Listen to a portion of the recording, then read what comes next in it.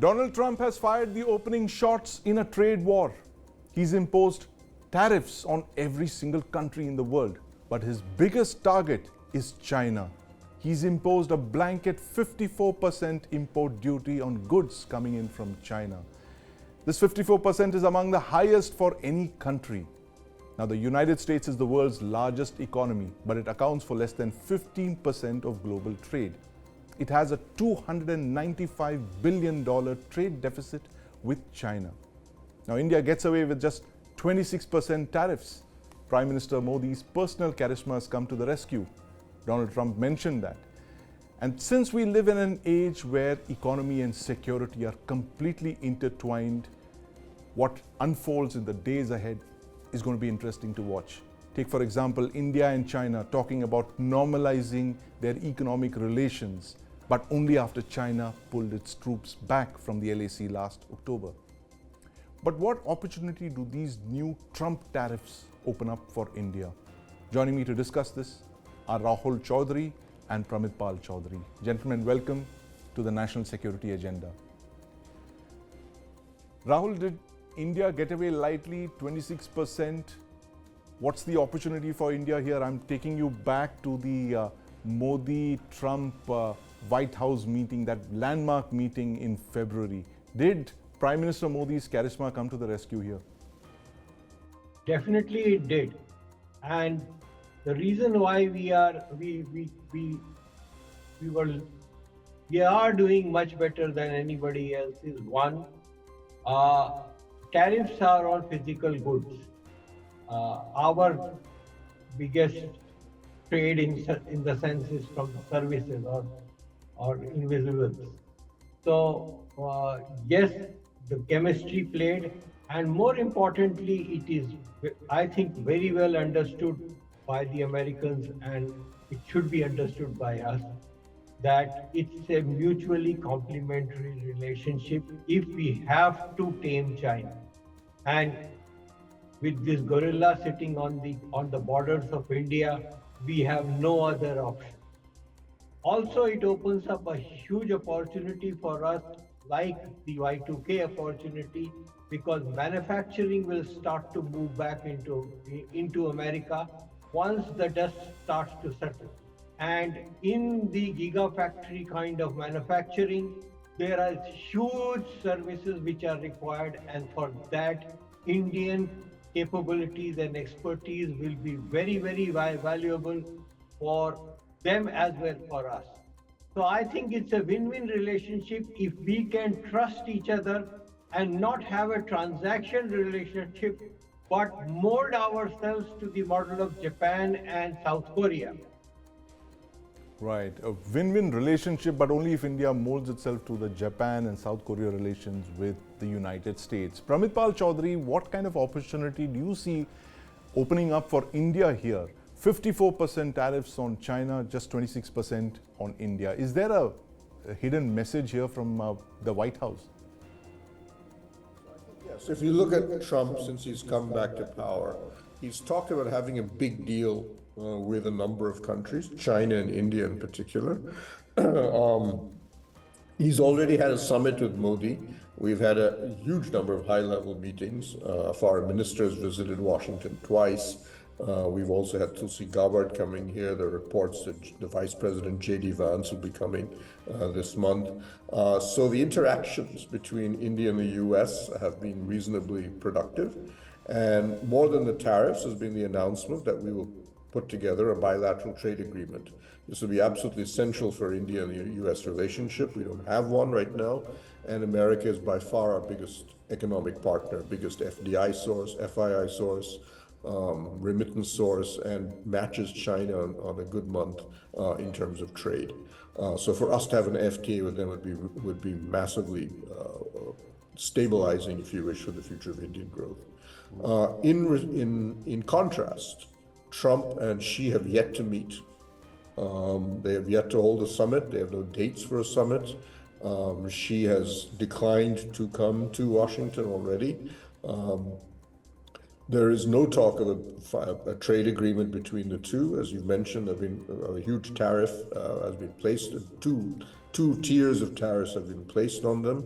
The security establishment, whether it's Waltz or Hegseth, the Pentagon chief, who recently did a small Indo-Pacific tour, language on China extremely hostile. So all in all, you have two different types of relationships moving in very, very different directions. India, in my view, all it has to do now is focus not on the tariffs, but on getting the bilateral trade agreement done. The tariffs I see as an opening action, very Trump-like, to sort of hit you on the head and then put his hand out to say, let's strike a deal, to come out and do that.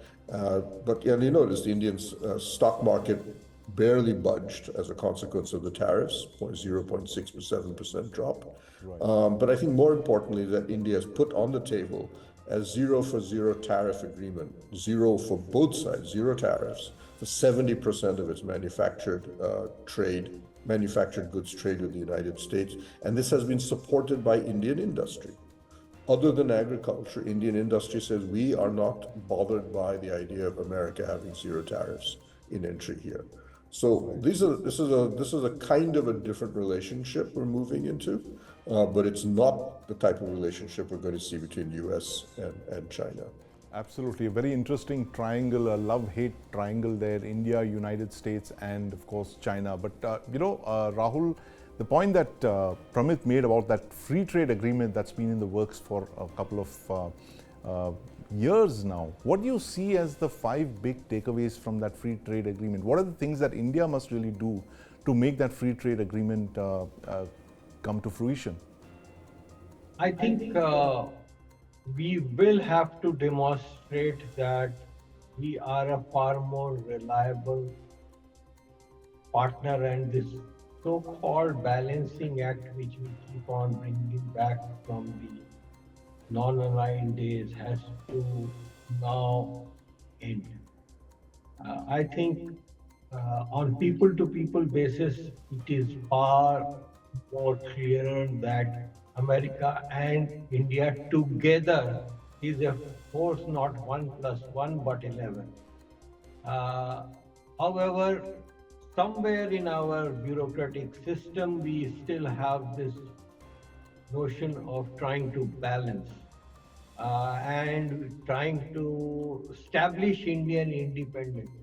With a gorilla like China on your borders, I think we have to be more pragmatic. And that is the key issue with which that's the key approach. And I think the government is taking that approach, and Mr. Modi's approach on this and the successes we have got is that at least he is being trusted by Mr. Trump. So this dynamic has to play out, and we need to become a far more reliable partner in the American eyes than we have been till date. Right. What would that entail, Rahul Chaudhary? If you are to become a far more, amenable to the United States, what kind of, do you see a deal in the works? Of course, the free trade agreement is there, but what else do you see? More orders on American companies for nuclear reactors, defense hardware? What's it going to be like? All of that will be the part of the energy security for both has to be part of that deal. Right. And which means that let them frack and let us buy as much oil. In fact, the first term of Trump, this was the biggest change which India did, was started to buy oil from America, and that was taken very positively by the then Trump administration. We have to have all of that, and another area where we have to open up is space. Right. The kind of capabilities and the kind of cost-benefit analysis which we can bring to table is huge. The Indian trained manpower and English-speaking trained manpower and a time difference of 12 hours, which means the development cycle becomes 24 hours. Right. So some of these things have to be baked into the entire piece, and therefore a communication network which is properly secure and trusted uh, between America and India, where commerce can thrive, high tech commerce can thrive, it should be at the backbone of this trade agreement. Right, backbone of this trade agreement indeed. Pramit Pal Chaudhary, you see India being in a position where it will have to either choose between the United States or China, given the fact that there is talks now of us resuming our economic relations with China, allowing Chinese FDI. There is a section of the government that believes China should be allowed to invest and we need to open up our markets to China. Do you see this FTA coming in the way of that? What happened today with the tariff war between the US and China? Not really. FDI is slightly different from trade. We have always had very tight restrictions on Chinese FDI. Even before the Galwan Valley incident, we had issued Press Note 3. And in Chinese investment, FDI in almost every critical infrastructure area and sector had already been banned. We just now introduced, basically Press Note 3 meant that every Chinese FDI, even in things like, let's say, retail, would have to go through a national security screening process. Chinese FDI had become unnaturally low. Last year, it is down to barely $400 million. In contrast, I think Taiwan invested about $2 billion in India.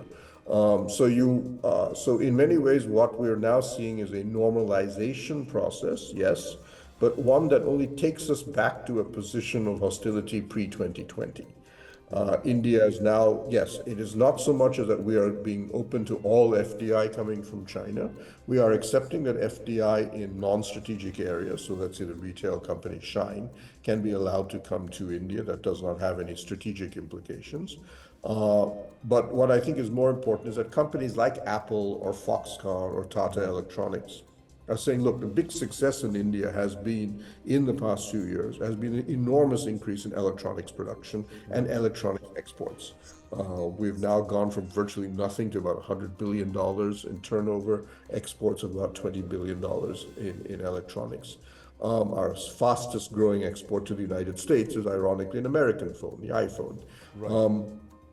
So we need to do something. But if you want us to go to the next stage, if Apple is to increase its production from 20% of global iPhones to 35 or 40%, if it is to bring in iPads and so on to India, we have to bring in Chinese partners. Because the Chinese are monopoly producers and a lot of the components that go into these electronic ones. And it's not just Apple, it's been Foxconn, it's been the Tatas who've come in and said, and that's just in electronics. When you move to EVs, where Chinese domination in components and batteries is even greater, you have to then do that as well, and you want to become an EV player. So the government is opening up bit by bit, but largely on the basis of very careful calculations as to what India needs to build up its own, to actually accelerate, ironically, supply chain shift away from China means we have to work closer with China. If Apple is going to produce $25 billion worth of iPhones in India, it will import $8 billion worth of components from China. But the rest of that money will be ours. So you have to play that game, and that's where we're going to be seeing. But keep in mind, on the national security side, on the defense side, our entire military establishment, our entire security structure is designed to fight only China. Yes. Pakistan is basically now only capable of fighting itself. So therefore, this is really our biggest concern. And China's meddling in our neighborhood, whether in Bangladesh or the Maldives, continues. And there's really no diplomatic shift in China's view that India is anything but a rival that must accept ultimately Chinese supremacy in Asia. I spoke with a Chinese Track 2 delegation in April last year as part of a team that was discussing the normalization process. And they said, look, we don't have to be friends. This is just about normalizing and stabilizing the relationship because we have other concerns, largely our domestic economy, U.S., Myanmar, and so on. India, in contrast, is not a major problem. So let's go just forget about Galwan and move on. Right. But this is not friendship. This is just pragmatic stabilization of a relationship. Right, there's a very interesting word for that, Pramit. It's frenemies. So India and China will not be friends. We won't be enemies either. We'll probably be just frenemies. But thank you very much for joining us, Pramit Pal Chaudhary, of course, Rahul Chaudhary, on this issue of the US-China trade war and India's opportunities.